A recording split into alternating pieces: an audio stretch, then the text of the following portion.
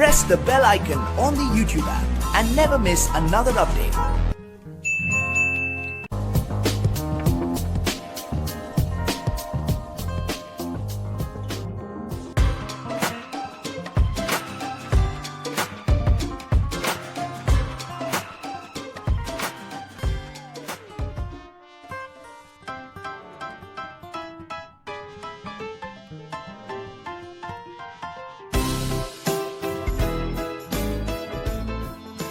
मोबाइलबाटै राष्ट्रिय परिचय पत्र कसरी बनाउने। नमस्ते, स्वागत छ युट्युब च्यानलमा।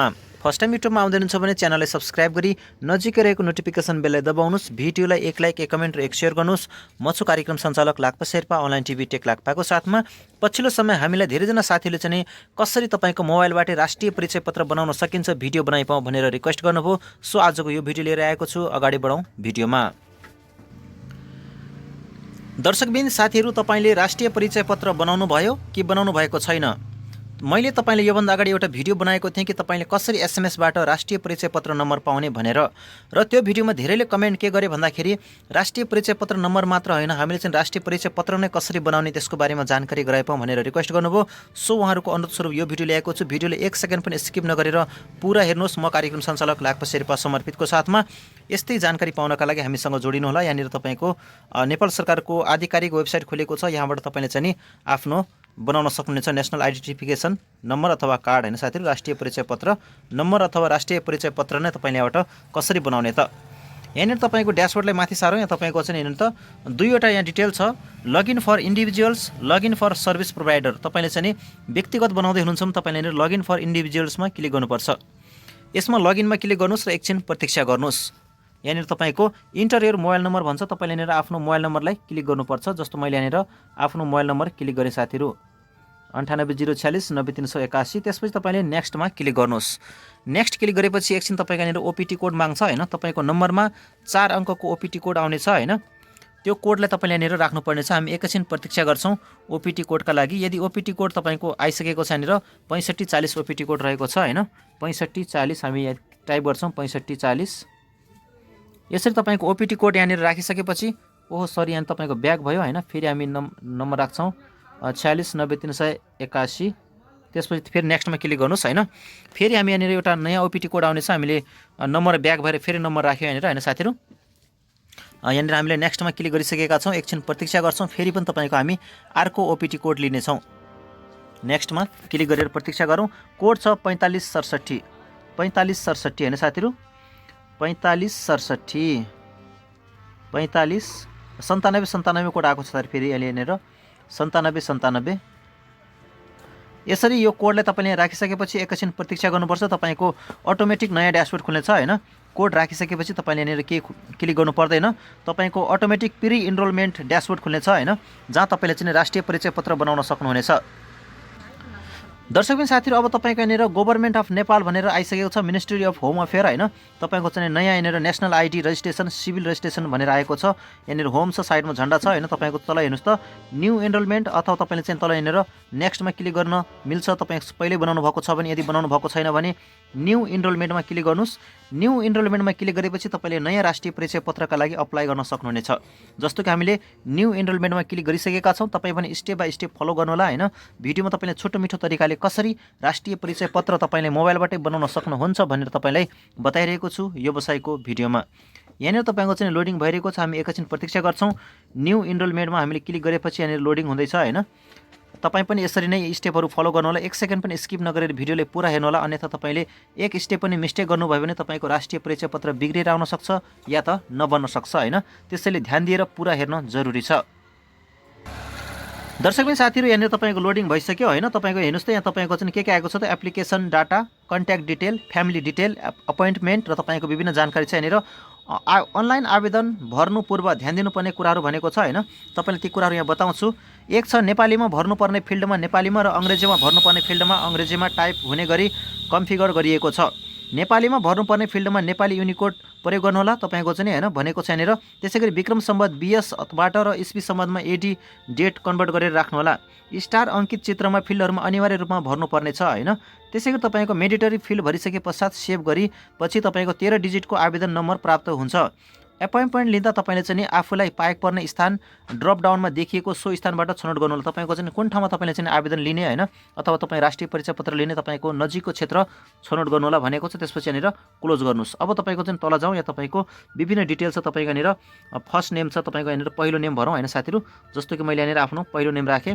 त्यसपछि तल आउनुहोस्, तपाईँको चाहिँ फर्स्ट नेम, तपाईँको यहाँनिर फर्स्ट नेम, त्यसपछि तपाईँको चाहिँ बिचको नेम छ भने बिचको नेम, छैन भने तपाईँको थर लास्ट नेम, यहाँनिर हामी थर राख्छौँ होइन। यसरी तपाईँको चाहिँ थर राखिसकेपछि तपाईँको चाहिँ अब तल आउँछौँ। तपाईँको यहाँनिर जन्ममिति तपाईँको इयर मन्थ एन्ड डेट तपाईँको चाहिँ 2050 06-13 अटोमेटिक आउँछ होइन। क्यान नट कन्टिन्यू तपाईँको चाहिँ यहाँनिर विक्रम सन् 1970 देखि 2079 सम्मको भनेको छ होइन। 1970 देखि तपाईँको चाहिँ नि 2050 06-13 तपाईँको चाहिँ भइसक्यो। अब तपाईँको इस्वी सम्बन्धमा फेरि राख्नुपर्छ हामीले यहाँनिर। अब तपाईँको पहिला यहाँनिर इयर छनौट गर्नुहोस्, वर्ष 1993। त्यसपछि तपाईँको चाहिँ यहाँनिर मन्थ होइन, फेब्रुअरी, मार्च, अप्रिल, मे, जुन, जुलाई, अगस्त, सेप्टेम्बर, 29। त्यसपछि यसलाई सेट गरिदिनुहोस्। अब तपाईँको तल आउनुहोस्, जन्मस्थान कहाँ हो तपाईँको होइन। जस्तो कि मैले यहाँनिर कञ्चनपुर चुज गरेँ, तपाईँले आफ्नो जिल्ला राख्नुहोस्। त्यसपछि तपाईँको नागरिकताको किसिम, तपाईँको नागरिकता कस्तो त वंशजको आधारमा। तल आउनुहोस्, नागरिकता नम्बर राख्नुहोस् तपाईँको। जस्तो मैले यहाँनिर नागरिकता नम्बर राखेँ होइन। तपाईँले चाहिँ यसरी सेम टु सेम आफ्नो नागरिकता नम्बर राख्नु होला, 1863। त्यसपछि तपाईँको यहाँनिर तल आउनुहोस्, तपाईँको नागरिकता बनेको जिल्ला कहाँ हो त, मैले यहाँनिर कञ्चनपुर राखेँ होइन साथीहरू।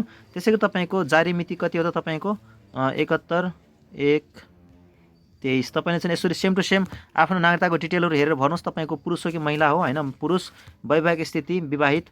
त्यसपछि तल आउनुहोस्, तपाईँको पितृत्वको स्थिति थाहा भएको होइन। त्यसपछि तल आउनुहोस्, तपाईँको शैक्षिक योग्यता कति पढ्नु भएको छ, स्नातक तह होइन। तपाईँको आफ्नो शैक्षिक तहको विवरण राख्नु होला। व्यवसाय गर्नुभएको छ कि छैन, छैन भने छोडिदिनुहोस्। जात जाति के हो त तपाईँले चाहिँ नि ब्राह्मण, क्षेत्री, आदिवासी, जनजाति, शेर्पा तपाईँको जाति यहाँनिर चुज गर्नुहोस्। जस्तो मैले यहाँनिर आफ्नो चाहिँ जाति खोजिरहेको छु होइन, यहाँ छ तपाईँको शेर्पा। त्यसपछि तल आउनुहोस्, धर्म कुन तपाईँको, मैले बौद्धमा क्लिक गरेँ। त्यसपछि तपाईँको सेभ ड्राफ्ट गर्नुहोस् अथवा नेक्स्टमा क्लिक गर्नुहोस् होइन। नेक्स्टमा क्लिक गर्दाखेरि तपाईँको कुनै डिटेल छुटेको छ भने तपाईँ यहाँनिर फेरि भन्नुपर्छ। जस्तो यहाँनिर लास्ट नेम छुटेको रहेछ, दुईचोटि लेख्नु पर्दो रहेछ। फेरि यहाँनिर हामी नेक्स्टमा क्लिक गर्छौँ। तपाईँको फेरि यहाँनिर छुटेको छ, यहाँ के छुटेको छ त फर्स्ट नेम होइन। तपाईँको फेरि फर्स्ट नेम राख्छौँ। अब तपाईँको चाहिँ फेरि नेक्स्टमा क्लिक गर्छौँ। तपाईँको चाहिँ यहाँ फेरि पनि के छुटेको छ, क्यान नट कन्टिन्यू तपाईँको चाहिँ इयर रेन्ज तपाईँको 1970 देखि यहाँ तपाईँको जन्ममिति मिलिरहेको छैन भने साथीहरू, यहाँ तपाईँको इस्वी सम्बन्धमा राखिरहेछौँ हामी 1993 09-29 भनेर राख्छौँ। तपाईँको यो पनि मिलेन। तपाईँको विक्रम सम्बन्धमा राख्दाखेरि 2070 देखि राख्न भन्दैछ होइन, 2070-1-23 यसरी तपाईँको जन्ममिति राखेर हेर्नुहोस् एकचोटि होइन साथीहरू। 1970 देखि भन्दैछ, 1970 देखि तपाईँको चाहिँ नि 1970 विक्रम सम्वत तपाईँको यहाँनिर राखेर ट्राई गरौँ साथीहरू।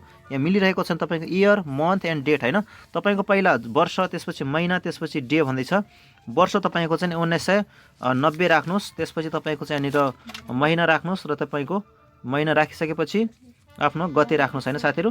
तपाईँको चाहिँ गते यसरी गते राख्नुहोस् होइन, गते राख्नुहोस्। यहाँनिर तपाईँको चाहिँ नेक्स्ट गर्नुहोस्। तपाईँको यहाँ फेरि पनि मिलिरहेको छैन। तपाईँको यहाँनिर यो जुन जन्ममिति छ तपाईँले विशेष ख्याल गर्नुपर्छ होइन। तपाईँको चाहिँ 2050 राख्दा पनि तपाईँको मिलिरहेको छैन यहाँनिर, 2050 06-13 खासमा तपाईँको जन्ममिति यही हो, तर can not continue year range भनेर तपाईँको यहाँ मिलिरहेको छैन। तपाईँको चाहिँ यो वर्षको रेन्ज तपाईँको मिलिरहेको छैन भनेर भन्दैछ। जस्तो हामी यहाँनिर चाहिँ तपाईँको 2010 राखेर हेर्दाखेरि मिल्छ कि मिल्दैन, मिल्दैन। तपाईँले चाहिँ यसरी सबै डिटेलहरू भर्नु होला होइन। मैले चाहिँ तपाईँको यो अलरेडी बनाइसकेको छु होइन, तपाईँले चाहिँ यो नलेजका लागि बनाइरहेको छु होइन। सो तपाईँले चाहिँ यति गरिसकेपछि तपाईँको कन्ट्याक्ट डिटेलमा जानुपर्छ नेक्स्टमा होइन। त्यसपछि तपाईँको कन्ट्याक्ट डिटेलहरू भन्नुपर्छ तपाईँको होइन। र तपाईँको थर्डमा फ्यामिली डिटेल, र तपाईँको फोरमा एपोइन्टमेन्ट, र तपाईँको अर्कोमा रिभ्यू भर्नुपर्छ। साथीहरू यहाँनिर जन्ममिति मिलिरहेको छैन। तपाईँले चाहिँ यसरी आफ्नो जन्ममिति राख्नु होला होइन, सबै डिटेलहरू भर्नु होला। मैले चाहिँ अलरेडी बनाइसकेको छु होइन।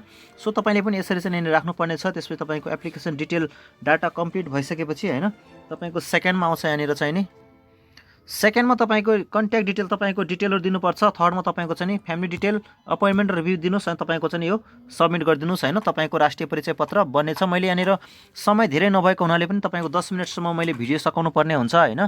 धेरै लामो भिडियो बनाउँदिनँ मैले, हरेक भिडियो तपाईँको 10 देखि 15 मिनटको हुन्छ। सो मैले यहाँनिर टुङ्ग्याएँ होइन।